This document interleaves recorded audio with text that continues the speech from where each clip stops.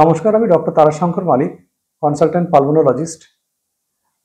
আজ আমি সিওপিডি ট্রিটমেন্টে সঠিক তথ্যের কি গুরুত্ব সেই বিষয়ে কথা বলবো। সিওপিডিতে শ্বাসনালী সংকুচিত হয়ে যায় এবং সেটাকে খুলতে হবে ভালো থাকার জন্য। তাই জন্য বলবো রোগীদেরকে সঠিক তথ্য ডাক্তারকে বলতে হবে খোলা মনে। অনেক সময় দেখা যায় রোগীরা তথ্য বিকৃত করেন, গোপন করেন, অস্বীকার করেন। যেমন ধরুন ধূমপান, ডাক্তার যখন জিজ্ঞেস করেন ধূমপান করেন, তো তারা অনেক সময় বলেন খুবই কম করি বা ছেড়ে দিয়েছি। এগুলো কিন্তু জিজ্ঞেস করলে দেখা যায় তারা সঠিক বলছেন না।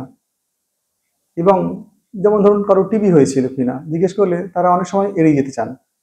এতে কিন্তু বিপদটা ওনার নিজেরই হয়, কারণ ওই তথ্যের ভিত্তিতেই কিন্তু ওষুধ বা ইনহেলার ইত্যাদি নির্ধারণ করা হয়। ফলে কি হলো, কন্ট্রোল ভালো হলো না, ভুল চিকিৎসা হয়ে যেতে পারে এবং তাতে করে কিন্তু রোগী এমার্জেন্সিতে বা হসপিটালে অ্যাডমিশন হয়ে যেতে পারে এবং সেখানে মৃত্যুবরণ হতে পারে। সেজন্য আমি বলবো যে সিওপিডিতে যে শ্বাসনালী যে খোলাটাই তো চিকিৎসার মূল উদ্দেশ্য। তাই জন্যে খোলা মনে আপনাকে ডাক্তারের কাছে সব তথ্য দিয়ে সাহায্য করতে হবে, কারণ এই তথ্যগুলো না দিলে আপনার সঠিক চিকিৎসা হবে না। আর জেনে রাখুন, এই তথ্যগুলো কিন্তু গোপন রাখাই হয়।